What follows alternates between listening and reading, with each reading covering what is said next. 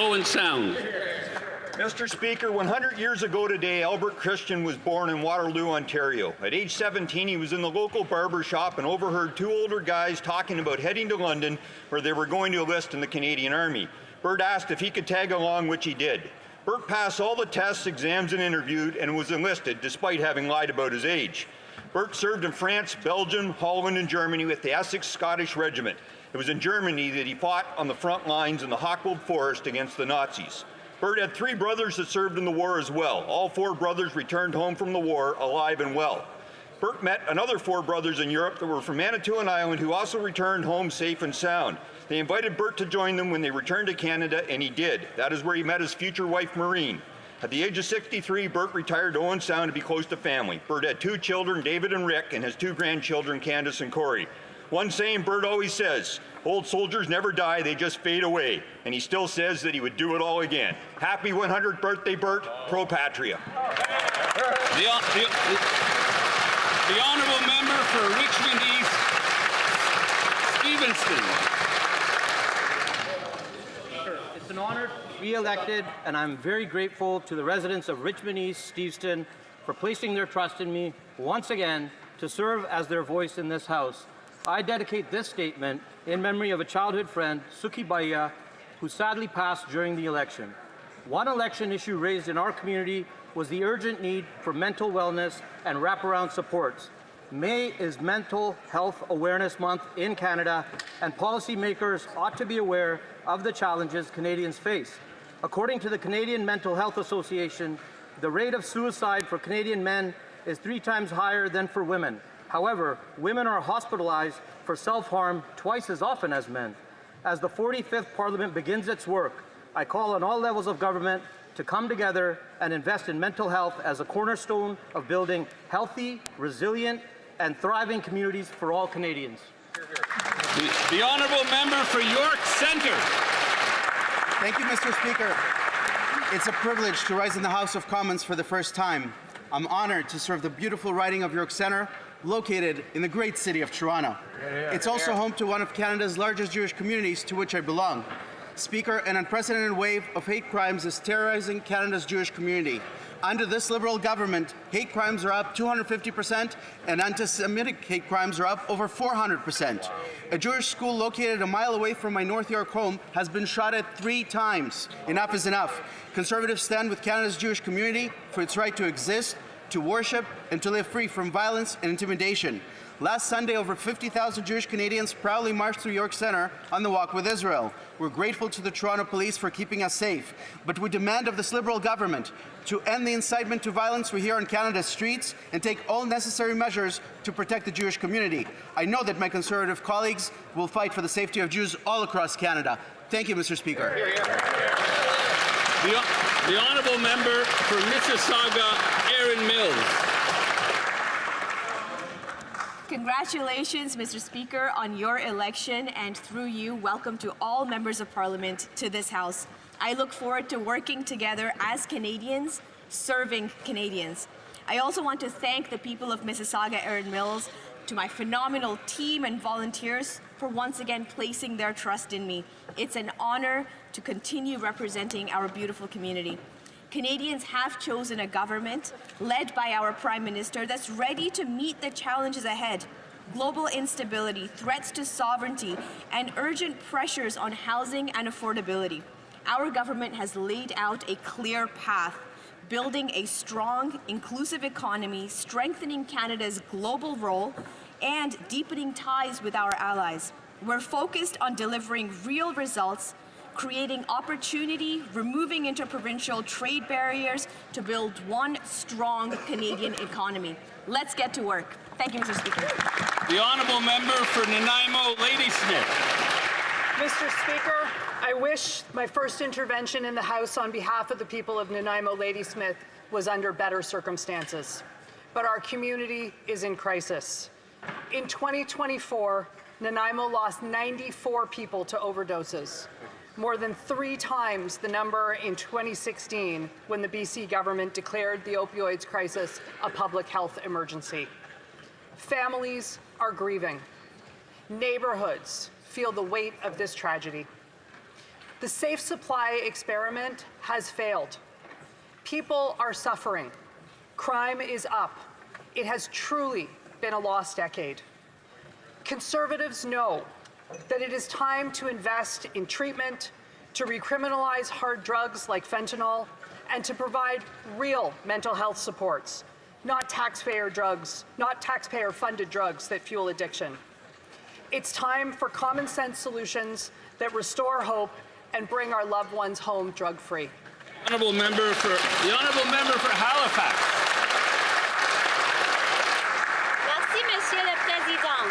Je prends la parole aujourd'hui. I stand today, 1 month after my election, to thank the people of Halifax for having granted me their trust.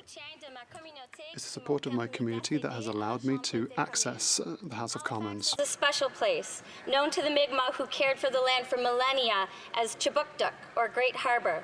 It's one of Canada's oldest cities. It's home to Black communities predating Confederation and is the birthplace of responsible government. Today, Halifax is a hub of research, innovation, and technology. We're home to Canada's ocean supercluster, and we lead in climate action, shipbuilding, and global trade. We're a vibrant and fast-growing maritime city, and our greatest strength has always been our people. Haligonians are resilient, caring, and driven. As I take my seat in the chamber, I am honored to be their champion in Ottawa, and I'm ready to get to work. The honourable member for Elmwood-Transcona. Mr. Speaker, as I rise today, I want to thank my family, friends, volunteers, and the hardworking people of Elmwood-Transcona who place their trust in me and the Conservative Party. These are the Canadians who get up early, put on their boots, and build the country we love. I've been in their boots 18 years as a construction electrician, proud union member, and vice president of IBW Local 2085. The NDP and Liberals have abandoned unions. They have driven up inflation, housing costs, and taxes while supporting union-busting tactics. That's why more rank-and-file union members are turning to the Conservatives, many for the first time. Just weeks ago, we received support from local unions like the ILA, the UBC, IBEW, UA, Boilermakers, LIUNA, and many, many more. Conservatives are the party of blue-collar workers. We will keep working to earn and trust of Canadian workers and delivering strong, prosperous future they deserve. The honourable member for Carleton.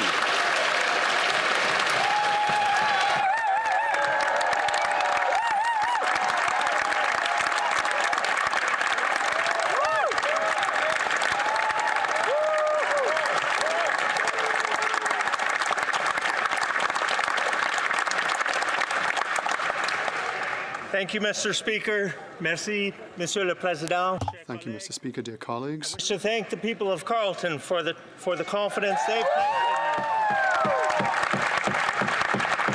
I will never take the honor of representing them for granted. I also wish to thank the hundreds of volunteers who believed that together we could. From Stittsville to Constance Bay, Riverside South to Metcalfe, Greeley to Richmond, and Manotick to Osgood, and all points in between, together we did. Now it's time to embrace every moment in this House and in all of our ridings to build a future in which all Canadians can thrive in the true North, strong and free.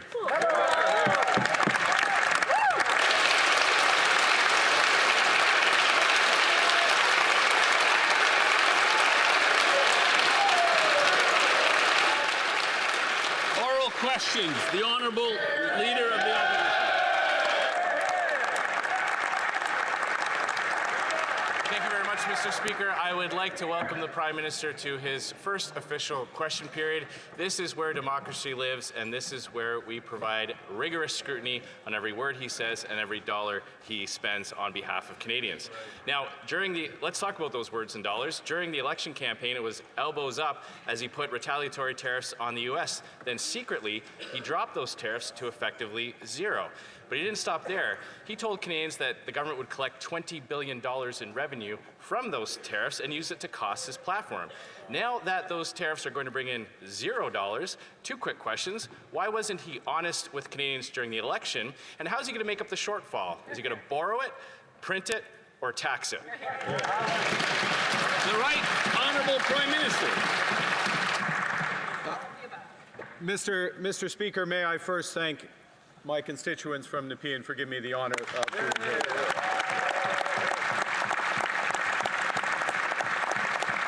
And could you also indulge me to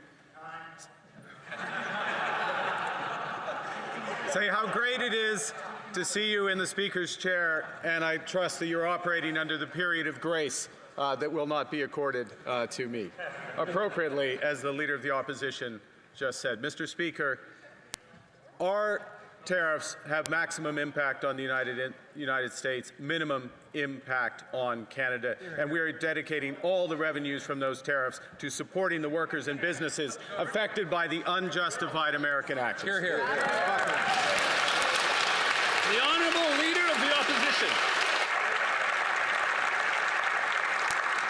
Well, he didn't take long to pick up old Liberal habits of not being able to answer questions. But since the election, Canadians have been inundated with grand rhetoric and pretty speeches from this Liberal Party, but they are still suffering under all those policies. Household debt up at record levels, number of people who can't pay their mortgages increasing, food bank use continuing to rise. Now TD Bank is forecasting a recession with hundreds of thousands of lost jobs. The PM said undoing the damage of the last 10 years would require great speed, but he's not going to table a budget for 6 months. If he's the man with the plan and the guy you hire in a crisis, why won't he table a budget before he goes on summer vacation? The right honourable Prime Minister. Mr. Speaker, I understand the member of the opposition is very busy. Didn't have a chance to study closely the 100-day plan of the former member from Ottawa, Carleton, which did not include a budget. Our plan includes legislating. Our plan includes legislating for one Canadian economy and nation-building projects immediately to grow this economy, and we expect the support from all in this House. The Honourable Leader of the Opposition. They must be really afraid to come clean with Canadians if they're going to punt it off into the fall.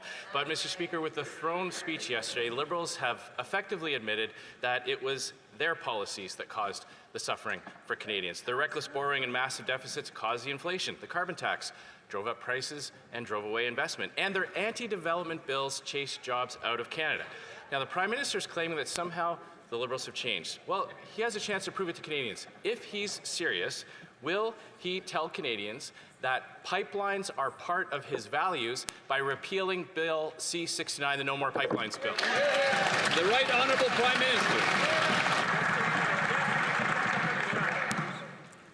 Canada's new government is acting immediately to grow this economy. I just made my maiden speech in this House. Canada's new government, Mr. Speaker, is acting immediately to grow this economy. One Canadian economy out of 13, nation-building projects, one project office, working with the provinces to cooperate. We expect the support from the members opposite. Hear, hear. That's right. L'honorable député. The Honourable Member for Charlebourg-Saint-Charles. Mr. Speaker, the Prime Minister campaigned on the slogan, the man with a plan, but the problem is that he's refusing to tell Canadians what that plan is. A budget would have been a plan. The Liberals are going to go over a year without tabling a budget. That's never happened since the 60s. But what we do know is that this Prime Minister is determined to spend even more than Justin Trudeau, and he's refusing to tell Canadians how he intends to spend their money. What is the Prime Minister trying to hide about this Liberal government's finances? Right honourable Prime Minister. Mr. Speaker, the new Canadian government has a plan. It has a daring plan, an ambitious plan to bring together the Canadian economy, have one economy instead of 13, and in order to create new projects to build this great nation. The Honourable Member for Charlebourg-Saint-Charles. Mr. Speaker, What I'm seeing in front of me is the same ministers, the same government that's been in place for 10 years. We know the result of 10 years of this Liberal government.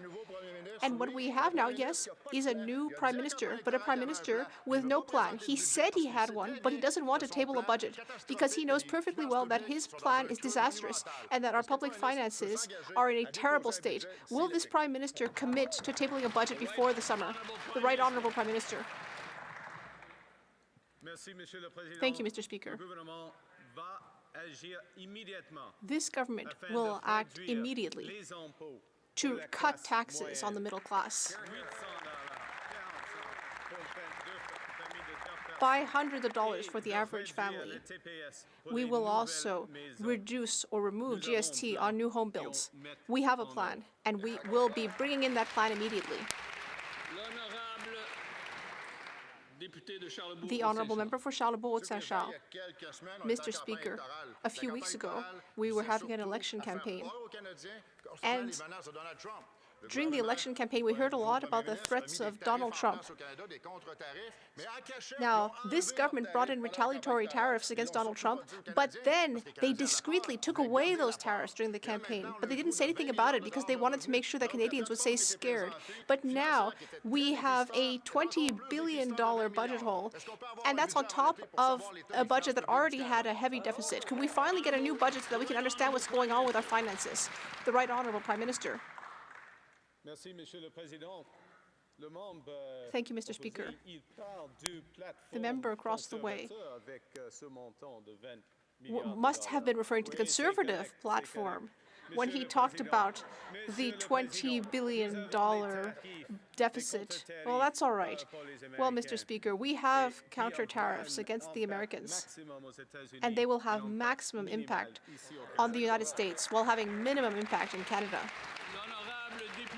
The Honourable Member for Belleuil-Chambly. Mr. Speaker, the topic that set off this election campaign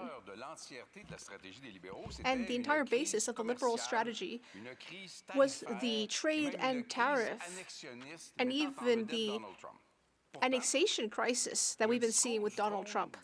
But despite this, yesterday's throne speech, read by a foreign monarch, did not mention trade.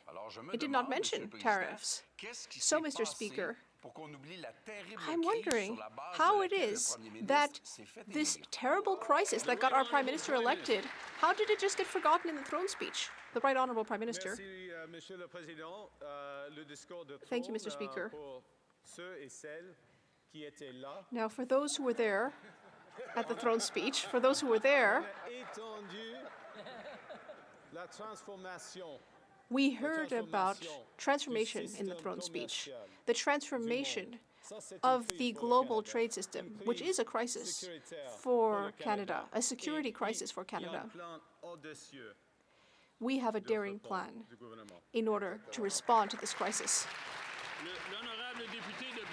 The Honourable Member for Belleuil-Chambly. Well, the Prime Minister will perhaps agree that some things are clearer when you read them than when you hear them. Now, the King's speech was incredibly centralizing, so centralizing that I think even Justin Trudeau must have felt embarrassed. We heard about a single economy, one Canadian economy, without asking anyone what they thought of that, even though the National Assembly of Quebec unanimously denounced that notion. It seems that for the Prime Minister, Canada is just a country where the provinces are like the branches of a bank that is headquartered in Toronto. The Right Honourable Prime Minister. Mr. Speaker, we are in the middle of an economic crisis. This is a time for unity. Yes, this crisis was created by the Americans, Mr. Speaker. This is a time for unity. This is why my ministers and I, or rather, the premiers and I will meet, the premiers of Quebec and the premiers of all the provinces will meet this weekend in Saskatoon. The Honourable Member for Belleuil-Chambly. Well, it's a little bit like a military staff meeting where the general will give orders and expect everyone else to obey. Now, on another subject, let's talk about the climate crisis. That's an issue too, you know. It's causing all sorts of problems. It's causing damage for people. It's causing economic damage as well. We believe that we need to take strong action against the climate crisis. But yesterday, in the throne speech, we heard nothing about the climate. Instead, measures are being projected that will actually harm the climate and the environment. Does the Prime Minister recognize the existence of climate change? The Right Honourable Prime Minister. Mr. Speaker, yes, of course, the climate crisis exists. And it's a major challenge facing our nation. And that's why Canada needs to become an energy superpower, both in traditional and green energy. And that's why in Alberta, at the G7, next month, we will be holding a discussion on forest fires. Lakeland. Yesterday, the PM said Canadians shouldn't focus on pipelines. We'll tell that straight to the hundreds of thousands of workers who lost their jobs when these Liberals killed pipelines, LNG exports to allies, and capped Canadian oil and gas. Last year, 98% of Canadian crude went to the U.S., Canada's biggest customer and competitor, due to these Liberals. But in April, the PM said he won't repeal their No New Pipelines, Never Build Anything unlawful Bill C-69 and ignores premiers and businesses. When will he repeal Bill C-69? The right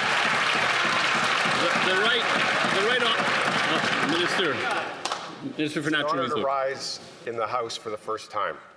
I wish to thank the people of Markham Thornhill for their trust. I'm also thinking of my family. I'm also thinking of my family who have supported me from day one, and my parents who I wish were still with us. It's time to get many projects built here in Canada. We will cut red tape, fast-track projects, and approve them within 2 years. We will create jobs for Canadians and build the strongest economy in the G7.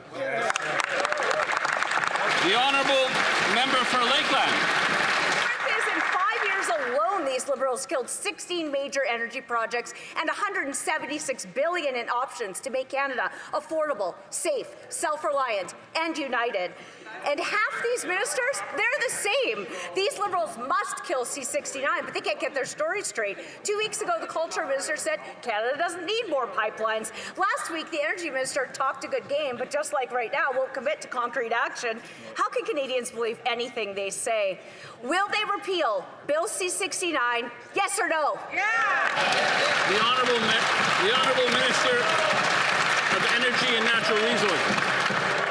The Prime Minister has been clear. Yes, we will support new pipelines if there is consensus in Canada for them. With American tariffs threatening our economy and threatening our sovereignty, we must protect our energy security. There is no question energy is Canada's power. It will help us build the strongest economy in the G7, guide the world in the right direction, and help us be strong at the negotiating table. We will win this trade war. We will make Canada an energy superpower. The Honourable Member for Skeena, Bulkley Valley.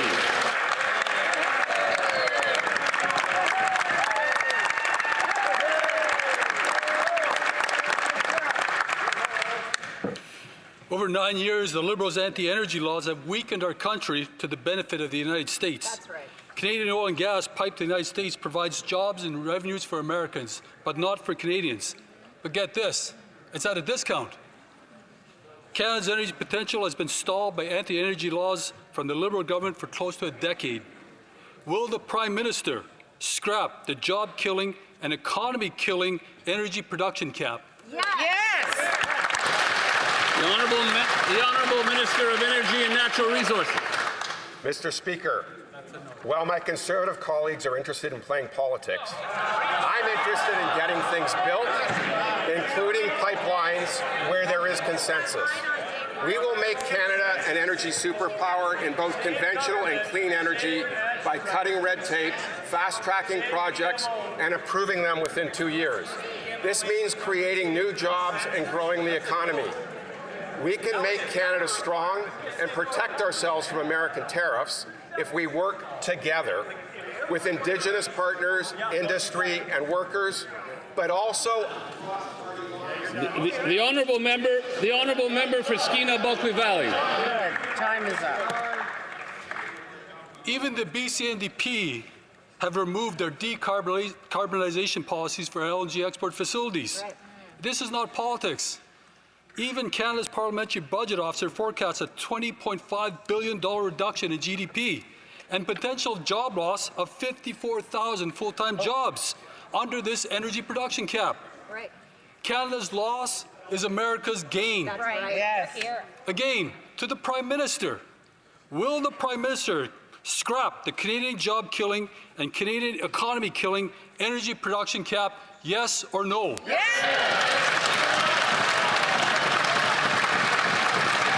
The Honourable Minister of Environment and Climate Change. Thank you, Mr. Speaker. I would like to thank the constituents of Toronto Danforth for giving me this opportunity to stand up for Canada and to build a strong Canada. Yes. Now, to the member opposite's question, I want to be clear. If Canada wants to be an energy superpower, the Prime Minister has stated it. It's going to be low cost, low risk, and low carbon. We're going to get projects built right across our country while making sure that we protect the environment. The honourable member for Terra Nova, the Peninsula. Mr. Speaker, it's an honour to rise here representing the hard-working people of Newfoundland and Labrador for the very first time.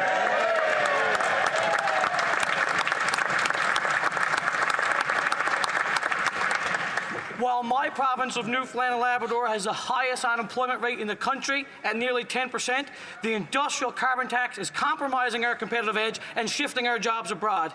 Canada's energy, mining, and forestry workers are pleading to have the industrial carbon tax removed. My question is, will this Prime Minister fully repeal the industrial carbon tax to create jobs at a time we need it the most? The Honourable Minister of Environment and Climate Change.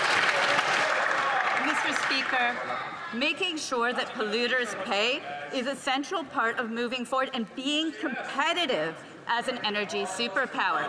When we look at other countries around the world, they have border carbon adjustments in place. They are looking to Canada to make sure that the energy that we provide is low risk, low cost, and low carbon. The Honourable Member for Elgin, St. Thomas, London South. Thank you, Mr. Speaker. The Liberals claim they want to make Canada an energy superpower, but they forget it's their record over the last decade that has decimated our energy sector and kept our resources in the ground. Their oil and gas production cap will kill tens of thousands of jobs and cost our economy $20 billion. Their industrial carbon tax will cost Canadian businesses and consumers and make Canada less affordable and less competitive. Their legislation, Bill C-69, is blocking energy infrastructure and making us more dependent on the United States. The solution is easy. Will the Prime Minister repeal Liberals' costly anti-energy laws?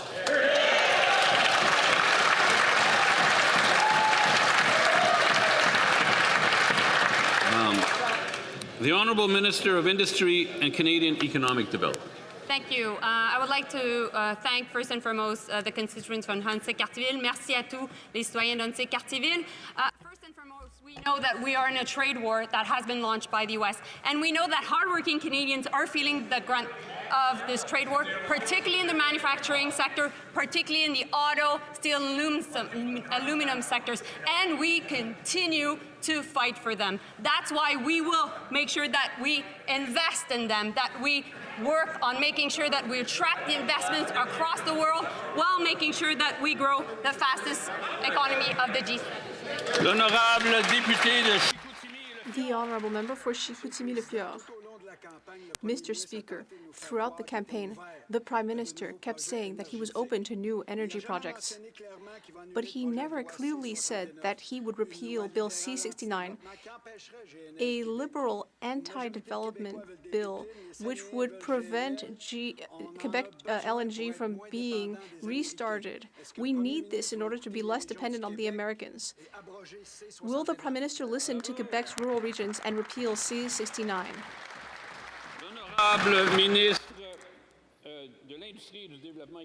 The Honourable Minister of Industry. Well, I'm looking forward to working with my colleague at a time when we're facing the American trade war. I'm looking forward to protecting jobs both in Quebec and everywhere in Canada, especially in the aluminum sector, for example. There is aluminum in my colleague's riding. We will attract new investment. We will create jobs here and throughout the country, and we will have the strongest growth level in the G7. The Honourable Member for Pierre Boucher, Les Patriotes Verchères. Mr. Speaker, there is a Léger poll that shows that 87% of Quebecers feel completely detached from the monarchy. And that's why the National Assembly of Quebec unanimously adopted a motion asking for all of Quebec's links with the monarchy to be abolished. In Quebec, we are Democrats, not monarchists. But on the other hand, the Liberals, well, the first thing they did after the election was to invite the King of England to parade around at a cost to Quebecers, a cost of millions of dollars. Do the Liberals realize that the very first thing they did in office proves that they are completely disconnected from Quebecers? The Honourable Minister of Identity and Canadian Culture. I'd like to thank my constituents who have enabled me to be standing up here for a third consecutive mandate, and I'd also like to remind my colleagues from the Bloc that it's always the UK Crown that reads the speech, that there's nothing different there. But this time the King came to read the speech, which is an honor for many Canadians and also many Quebecers. And I'd also like to remind my colleagues from the Bloc that we are a sovereign country. Sovereignty is a concept that they should understand. Isn't that so? We're seeing two different narratives on housing. What? That's what I thought.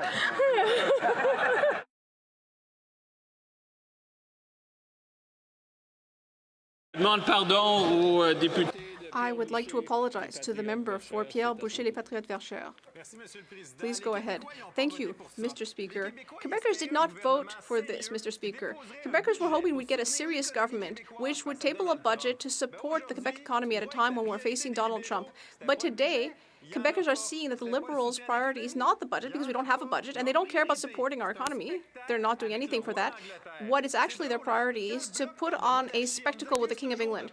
You know, whenever the Bloc Québécois talks about the monarchy, the Liberals say that we're ignoring the really important topics. Well, then why aren't they prioritizing important topics like the budget, instead of wasting millions of dollars on royal pomp and circumstance?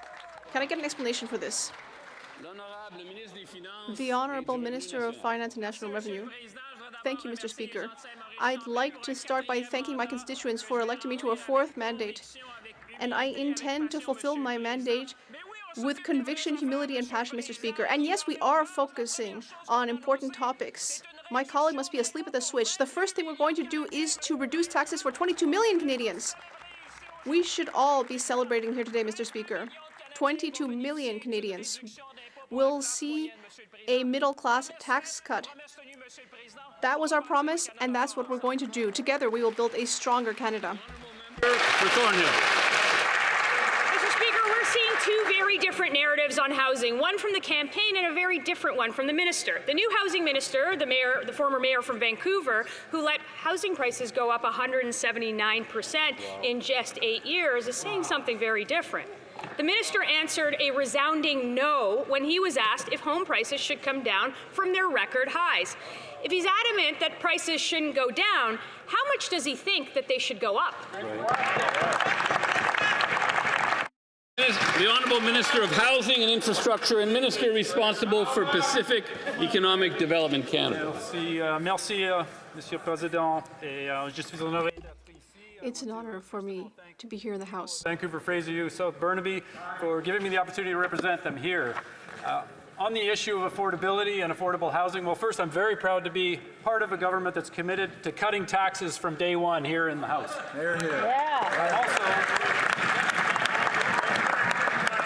I'm also looking forward to pursuing the most ambitious affordable housing plan in the history of Canada, delivering a GST cut to first-time home buyers and ensuring we bring the development costs down. The honourable member for Thornhill. The minister ought to know that the housing market is already in chaos. Sellers can't sell and buyers can't buy. It's proving out. Only 310 houses were sold across the entire GTA. That's a staggering 89% below 10-year average. Lower supply, higher prices spells more trouble for Canadians. So instead of building homes and bringing the cost down, he's actually building more bureaucracy. So we know that housing prices went up 179% when he was in charge of housing in Vancouver. How much higher are they going to get when he's in charge of housing for the entire country? The Honourable Minister of Housing and Infrastructure and Minister responsible for Pacific Economic Development Canada. Thank you, Mr. Speaker. To the member, it's not about reducing the value of an individual's home or senior's home. The member may wish to force seniors to sell their homes for less. We're going to focus on building more affordable housing and delivering a cut to the GST to first-time home buyers. The Honourable Member for Parry Sound, Muskoka. Mr. Speaker, the sale of new homes in the GTA just hit a 7th straight month of record-setting lows. Only 310 new homes were sold in the GTA in April. That's a 72% drop over last year and an 89% drop in the 10-year average, with condo sales plummeting 94%. Wow. The report warns that there will be a massive housing shortage in 2 years. Prices are too high for buyers and they're too low for sellers. So can the Prime Minister tell us what he plans to do to help the buyers that cannot afford to buy and the sellers that cannot afford to sell? L'honorable ministre des Finances et du Revenu National. It's good to be back, and in fact, the Conservatives have not changed, Mr. Speaker. They should listen more. My colleague was very clear about what we're doing. We're eliminating GST for first-time home buyers, Mr. Speaker, in the country, for houses up to $1 million. We should all celebrate, Mr. Speaker, and we expect the Conservative to support the Ways and Means motion we have put, Mr. Speaker, because this is how we can help Canadians. Thank you, Mr. Speaker. Honourable Member for Parry Sound, Muskoka. Well, Mr. Speaker, tax relief is certainly welcome, and it's frankly long overdue from this government, but the meager tax cuts that they're talking about will save families $70 a month. We're dealing with families that are looking at $5,000 a month mortgages or more. Equifax is reporting that the mortgage delinquencies in Ontario are at the highest level ever recorded. They're up 70%, Mr. Speaker. This is not a coincidence. It's certainly not a surprise. So instead of building a third federal housing bureaucracy, why don't we just get more homes built? Good L'Honorable Ministre des Finances. The Honourable Minister of Finance and National Revenue. Speaker, in one end, it's encouraging that we hear the Conservative will support our motion, but it's concerning to hear a member, Mr. Speaker, to really talk down a measure that will help 22 million Canadians in this country, Mr. Speaker. This is shocking. This is up to $840 for a family with 2 incomes, Mr. Speaker. The people in my riding and his riding are welcoming this measure, and we hope the Conservative will support us. This is how you support Canadians. L'honorable député de The Honourable Member for Montmorency Charlevoix. Merci, Monsieur le Président. Tout au long de ma campagne. Thank you, Mr. Speaker. All throughout my campaign, I met hundreds of young people in Montmorency Charlevoix, my riding. They were completely discouraged by the exorbitant cost of housing. After years of Liberal governments, mortgage payments and down payments have doubled. According to the Canadian Real Estate Association, last year alone, the average home price in Quebec increased by 10%. And yet, on his first day in office, the Minister of Housing told Canadians that home prices were fine. That is so out of touch with reality. Mr. Speaker, how can the minister look young Canadians in the eye and tell them that home prices are fine? The Honourable Minister of Finance and National Revenue.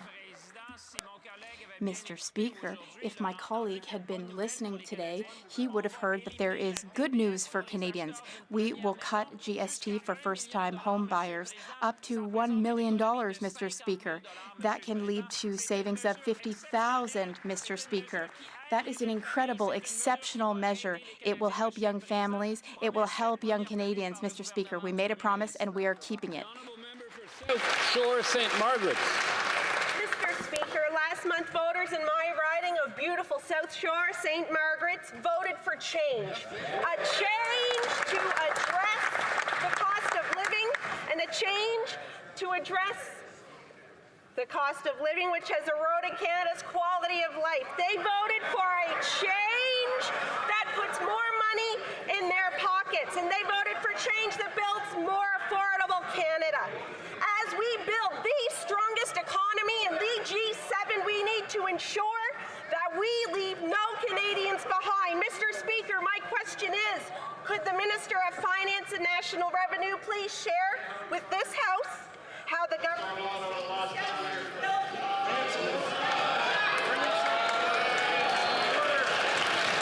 L'honorable ministre des Finances. The Honourable Minister of Finance and National Revenue. Mr. Speaker, what a great question, Mr. Speaker. I think the Conservatives should follow the lead, Mr. Speaker. I want to congratulate my colleague for election and for the hard work that she's putting on behalf of the people of South Shore. St. Margaret's, Mr. Speaker, as she mentioned last month, Canadians voted for a government that has a plan to build the best economy in the G7, and that's what we're delivering, Mr. Speaker. That's what we're delivering, and we're going to address the cost of living in this country. That's why one of the very first announcements of this government, Mr. Speaker, was to cut tax for 22 million Canadians. Mr. Speaker, we should all celebrate. The honourable member for Haldimand, Norfolk. Liberal policies like Bill C-5 have led to a crime wave across Canada. Violent crime is up 50%. Gun violence is up 116%. Just yesterday, a drive-by shooting shook our small rural community of Cayuga. This crime wave is no accident. It is a direct result of the Liberal policies like C-5 that has ended mandatory jail time for serious gun offences and drug crimes. Will the Prime Minister end this crime wave by repealing Trudeau's Bill C-5? Yeah. The Honourable Minister for Public Safety. Thank you, Mr. Speaker, and let me just take a moment to thank the people of Scarborough-Gilbert-Bruce Park for my fourth consecutive mandate. To my friend opposite, my heart goes out to those who are impacted by the violence in her community just yesterday. I want to assure her and I want to assure all Canadians that we will address issues of serious violent offenders seriously. We will make sure that we tighten up bail reform, and we will ensure that our government will always be there to protect Canadians from coast to coast to coast. The honourable member for Haldimand, Norfolk. Mr. Speaker, a serious issue is the will of Canadians to live in peace, which they once did. Now they live in fear because of Liberal soft-on-crime policies. Liberal policies like Bill C-5 and Bill C-75 put repeat violent offenders back on the streets, contributing to the suffering of communities across Canada. Premiers, police, legal experts, civil liberties advocates all demand change. So I ask the question one more time. Will the Prime Minister restore safe streets and repeal Bill C-5 and Bill C-75, yes or no? Yeah. The Honourable Minister for Public Safety. Mr. Speaker, on April the 28th, Canadians gave us a mandate to ensure that our streets are safe. And since that time, we've been working together with law enforcement to work towards safer communities across Canada. I want to just outline some of the highlights from the Chief of Police for the City of Toronto, who indicated that auto thefts, for example, have decreased by 39%, home invasions down by 42%, homicides down by 67%, and shootings down by 46%. We have a lot more work to do, Mr. Speaker, and we will work together with law enforcement to ensure the safety and security of all Canadians. Our government will always be there to protect Canadians. The honourable member for Edmonton Gateway. Mr. Speaker, families across Canada feel helpless because these Liberals have done nothing to stop violent crime rising across the country. They stick with their ideological soft-on-crime policies, and that is why extortion gangs are targeting Canadian businesses and their families. In fact, just this month, we've seen more shootings, arson, and even a murder potentially linked to extortion. Yet Canada still has no mandatory minimum penalties for extortion. So will the Prime Minister work with Conservatives to bring in the same legislation that I brought in last Parliament to bring in tougher penalties for extortion?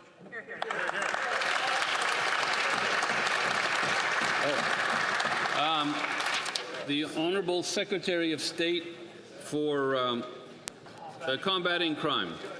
Thank you, Mr. Speaker. You heard it in the throne speech yesterday. It is a top priority of this new government. We are partnering with police services across this country to fight organized crime. We'll make it tougher for violent criminals to get bail. We'll impose stricter sentences for repeat offenders. We are serious.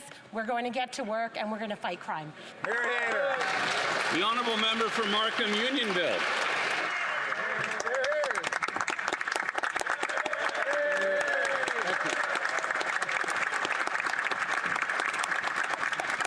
Mr. Speaker, since 2016, nearly 50,000 Canadians have died from the opioid crisis. Over 80% of accidental opioid deaths involve fentanyl. It takes just 2 milligrams of fentanyl to kill someone. Mass fentanyl production is mass murder. But Liberal laws let the monsters who kill our people walk free. Conservatives are proposing to give mandatory life sentences for anyone involved in the trafficking, production, and distribution of over 40 milligrams of fentanyl. Will the Prime Minister crack down on fentanyl production and give life sentences for drug kingpins committing mass murder? Minister for Public Safety. Mr. Speaker, let me just first welcome my friend opposite to the House. Fentanyl has torn every community across Canada and North America, Mr. Speaker. It's something that everyone in this House is impacted by.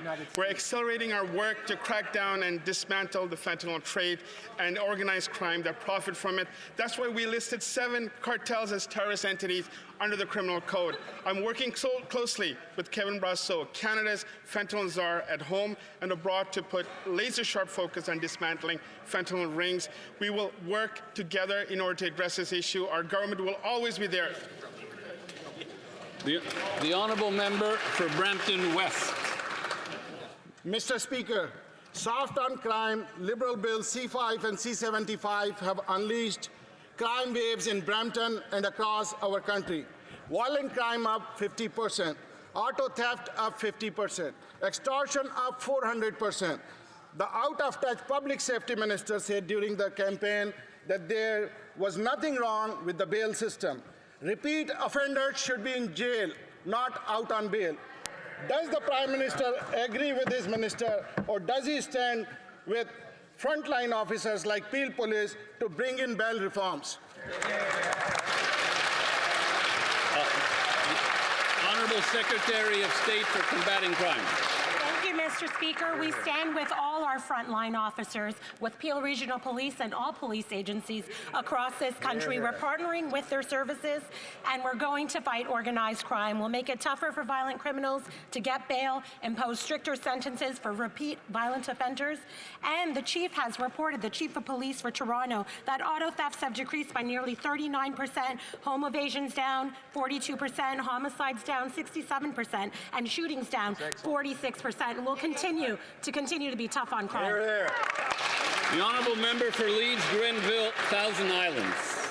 Before taking office, the Prime Minister helped establish multi-billion-dollar investment funds that were placed in offshore tax havens. Now he's shielding those investments from public scrutiny with a blind trust that hides but doesn't remove potential conflicts of interest. Now, Canadians are lined up at food banks in record numbers. They can't pay their rent, but they are paying their taxes, and they want to know if the Prime Minister paid taxes on his investments. So can the Prime Minister, who I welcome here today, confirm that none of the investments that he placed in the blind trust were previously held in offshore tax havens? Hear, hear. The Honourable Government House Leader. Speaker, as you know, the Prime Minister has followed all the rules even before they were required. He'll continue complying with all the rules. Opposition members like to distract Canadians with these hypotheticals and conjured scenarios. The fact is we have a Prime Minister, a new government, hard at work at creating opportunity for Canadians, the strongest economy in the G7, and reducing taxes. The opposition don't like that so much, so they dig dirt on day one. Shame on them, Mr. Speaker. We're going to continue our work. The honourable member for Leeds, Grenville, Thousand Islands, Rideau Lakes. Canadians don't want an explanation in how to bend over backwards to fit through ethical loopholes. They want to be reassured that after a decade of serial ethical law breaking, that they can have confidence that the Prime Minister is going above just the basic minimum standard. So the Prime Minister, again, who I welcome to the chamber, can he stand up and just assure Canadians that none of the funds that he had previously were held in offshore tax havens? And can he tell Canadians what those investments were in when he sat at his first cabinet meeting? The Honourable Government House Leader. Speaker, Canada has among the most stringent ethics guidelines in the world. The Prime Minister has complied with those ethics guidelines and surpassed the requirements contained in those ethics guidelines. What the Prime Minister is busy doing is not what this member is busy doing. What the Prime Minister is busy doing is creating opportunity for Canada, standing up in a trade war against the United States, reducing our taxes, building new homes, and creating the strongest economy in the G7. That's what we're up to. The Honourable Member for Mégantic-L'Érable-Lotbinière. Mr. Speaker, how can we know for sure that the Prime Minister is not just making more opportunities for himself? Why is the Liberal Prime Minister so reluctant to disclose to Canadians the full extent of his personal wealth? Why so many secrets? We know that just before becoming Prime Minister, he set up, for his company, Brookfield, 2 multi-billion-dollar funds in notorious known tax havens so that the company wouldn't have to pay taxes in Canada. Can the Prime Minister confirm here and now that he has no assets and no financial interests in offshore tax havens? The Honourable Government House Leader. Mr. Speaker, it didn't take long for the Conservative question period machine to run out of material. What we're doing is creating jobs, creating a strong economy, standing strong against the United States. The Prime Minister exceeds all the requirements of the Code of Ethics, which is the most demanding of all of its kind in the world. The Conservatives, Mr. Speaker, they love to dig for dirt. Meanwhile, on this side of the House, we are creating opportunities for Canadians. The Honourable Member for Mégantic-L'Érable-Lotbinière. Well, it didn't take the Liberal government long to start doing things the exact same way that the last Liberal government did. Here's the truth. The Liberal Prime Minister seems to be taking his sweet time covering up his conflicts of interest before opening his books to Canadians. One of his first decisions as Prime Minister was to transfer assets to a blind trust. And he claims that by magic, overnight, he will forget about all of his financial assets? As if the only ones who don't know are Canadians. Will the Prime Minister come clean and disclose all of his financial assets as well as the conflicts of interest held in his trust? Yes or no? We need an answer now. The Honourable Government House Leader. Mr. Speaker, Canadians can be assured that this Parliament and our institutions are governed by the most demanding ethics code in the whole world. The Prime Minister met and even surpassed all of the Code of Ethics' requirements. If the Conservatives want to carry on like this, digging for dirt, I think electors will be disgusted. Canadian voters want us to work for them. They don't want us here slinging mud at each other. The Honourable Member for Terrebonne. Mr. Speaker, for too long, trade barriers have stifled the development of one Canadian economy. Our economic sovereignty is currently under threat. It is thus important, more important now than ever before, to promote free trade within our borders. Can the Minister of Intergovernmental Affairs and One Canadian Economy inform this House of the action our government is taking in order to protect our economic sovereignty and to build one Canadian economy?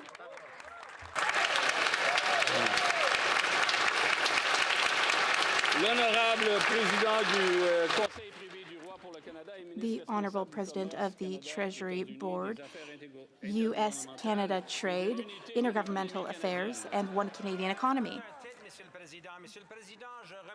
Thank you, Mr. Speaker. I would like to thank my colleague, the member for Terrebonne, for her excellent question. We recently campaigned on a commitment to build one Canadian economy, not 13 economies. By Canada Day, Mr. Speaker, we will table a bill which seeks to eliminate all federal barriers to internal trade. We also commit to working with provinces and territories in order to fast-track projects that are in the national interest. Mr. Speaker, that's how we intend to build the strongest economy in the G7. Canada is in an economic crisis without any plan because the Liberals shut this place down for half the year to avoid accountability. And now the Prime Minister says no budget before fall. With record-high food bank usage, a rise in the number of those using those food banks that are fully employed, a rise in mortgage delinquencies. TD Bank now also predicts that over 100,000 Canadian jobs will be lost due to a looming recession. Given all of this information, how is it even possible the Liberals won't table a budget this spring? L'honorable ministre des Finances et du Revenu national. I welcome the question from my colleague, Mr. Speaker. We're being very clear that there will be a budget in early fall of this year, Mr. Speaker. But in the meantime, why we should celebrate, and we just see now that the Conservatives are going to support our motion, Mr. Speaker. Now this is a good thing, Mr. Speaker. Now Canadians will see that in this House of Commons, we need to do things for them. The first thing that we presented, that we promised and we're delivering, is a tax cut for the middle class, Mr. Speaker. 22 million Canadians will having a tax cut, Mr. Speaker. This is what we've been elected for. We're going to fight for Canadians. Every day, Mr. Speaker, is a good day to fight for Canadians. The honourable member for Calgary East. The Prime Minister sloganeered on a plan, yet refuses to tell anyone what that plan is. He's overseeing the longest period without a budget since the 1960s outside of COVID. Uncertainty about spending and their debt that they're going to accumulate scares away investors, small businesses, and Canadians during a cost of living crisis. We know that this Prime Minister is going to spend more than Justin Trudeau. Why won't they be clear with Canadians and let them know how much more inflation and interest rates are going to go up because of all their spending? Hear, hear.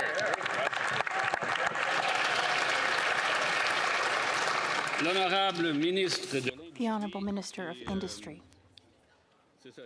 et ministre responsable de développement économique Canada pour les régions. And Economic Development Canada for Quebec's regions. Justified tariffs by the U.S. against Canadians are making Canadians' lives much more unaffordable. That's why we're cutting taxes. As the Minister of Finance just mentioned, this new government is cutting taxes on the middle class, making sure also that we're cutting the carbon tax and cutting the GST on first-time homebuyers. We will create the strongest and fastest growing economy of the G7. This is the utmost priority of our government, and we will deliver. Thank you. The honourable member for Newmarket Aurora.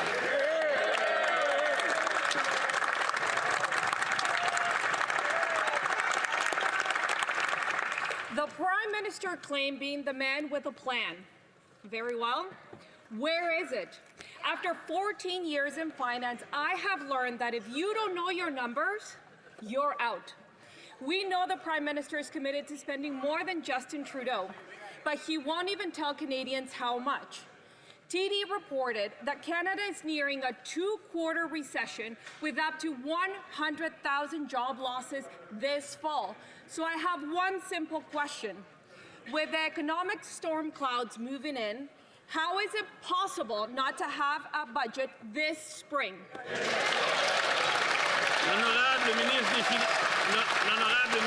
The Honourable Minister of Finance and National Revenue. Speaker, I have one simple answer. We have a plan, and it's a plan in action, Mr. Speaker. I welcome this member to the House of Commons.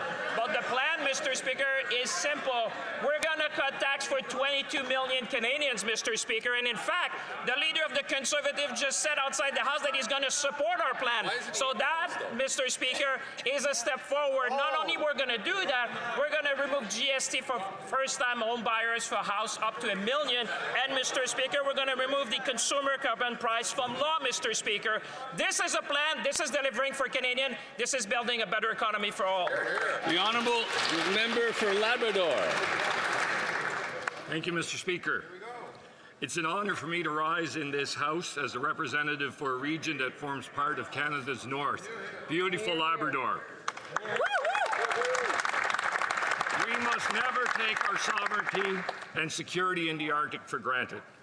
As foreign threats to the region's increase and the impacts of climate change intensify, it is imperative that Canada work in close partnership with Indigenous and Northern communities. Can the Minister of Northern and Arctic Affairs inform this House on the government strategy for the region? Thank you, Mr. Speaker. The Honourable Minister for Northern Affairs. Thank you, Mr. Speaker. I rise today with a deep sense of responsibility, gratitude, and humility. I stand here as a proud Anishinaabe, Innu, and Métis woman representing Churchill, Keewatin-Niukiski riding.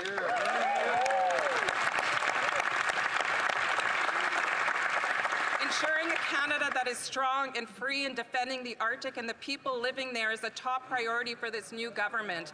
We will strengthen the presence of the Canadian Armed Forces, detect and deter early warnings with radar coverage, and invest in the necessary housing and infrastructure. And we'll do this all by working with Indigenous and Northern partners every step of the way. The honourable member for Central Newfoundland. Mr. Speaker, in yesterday's throne speech, the Prime Minister reaffirmed his commitment to persecute the fishing and aquaculture industries with Liberal policy to close down 30% of fishing grounds by 2030. The 30 by 30 Marine Protected Areas agenda was developed by the United Nations in conjunction with foreign activists, and this government signed it. So how can the Minister of Fisheries support shutting down the productivity of the fishing industry and the aquaculture industry that means so much to coastal communities throughout Canada, given the impact that it'll have on our very own province? The Honourable Minister of Fisheries. Thank you, Mr. Speaker, and I want to thank the people of St. John's East for continuing to put their trust in me, and I also want to congratulate my colleague from across the aisle.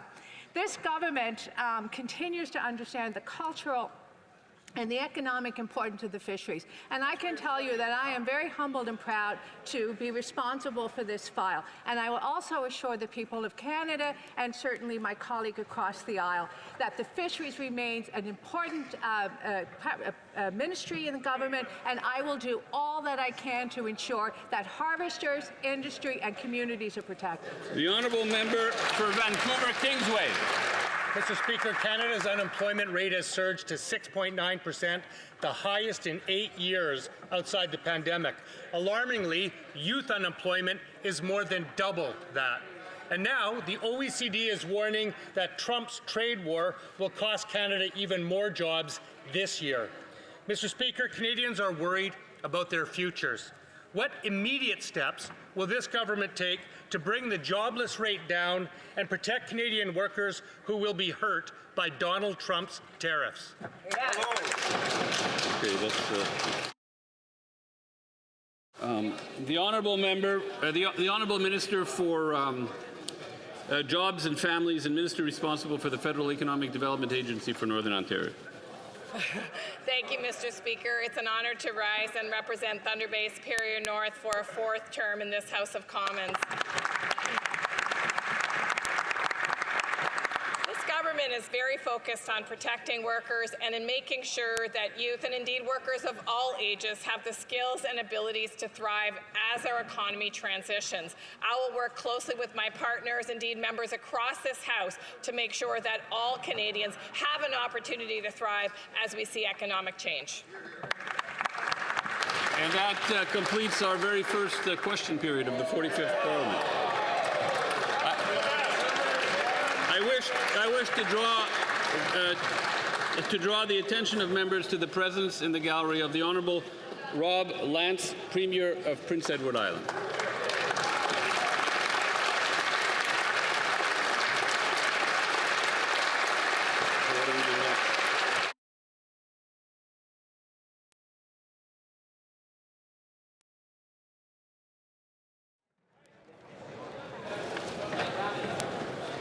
No points of order, so we'll go to... I wish to inform the House that the volume of earpieces will now be reset. We'll now go to routine proceedings. But first, I would like to table a couple of documents. I'd like to table the Canadian Human Rights Commission 2024 annual report. In French too.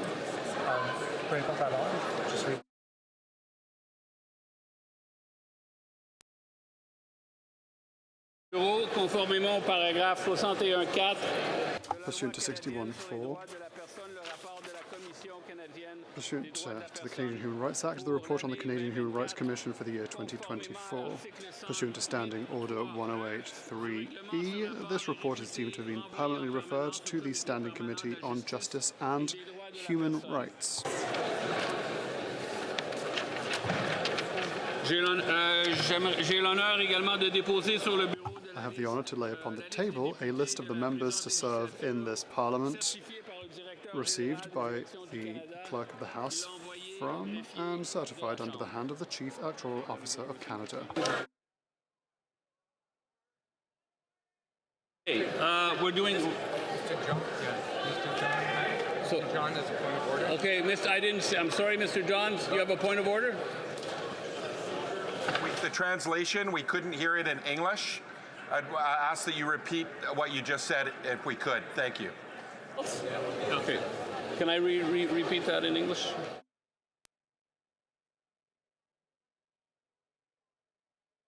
Lay upon the table a list of the members to serve in this Parliament received by the Clerk of the House from and certified under the hand of the Chief Electoral Officer of Canada.